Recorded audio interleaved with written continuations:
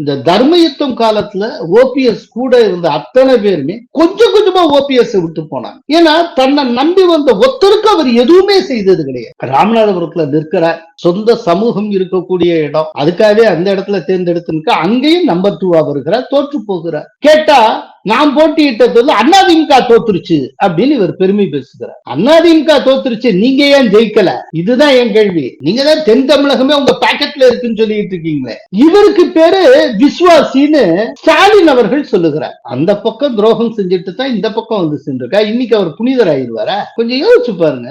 தன்னை வளர்த்த கட்சி ராமநாதபுரத்துல 3வது இடத்துக்கு வந்து தோற்றதுங்கிற மகிழ்ச்சி காணக்கூடிய ஒருவரை எடப்பாடி பழனிசாமி மட்டும் அதிமுகவுக்குள்ளே அனுமதித்திருந்தால் என்ன ஆயிரும்? டிஎம்கேக்கான ஸ்லீப்பர் செல்லாக அவர் அதிமுகவில் இயங்கி கொண்டு இருந்திருப்பார். இதை எடப்பாடி பழனிசாமி தெளிவா புரிந்து கொண்ட காரணத்தினால்தான் அவர் ஒதுக்கி வச்சார். இதுக்கு முன்னால எடப்பாடி பழனிசாமி தெளிவாக சொன்னார், ஓபிஎஸ் வந்து டிஎம்கேவின் பி டீம்.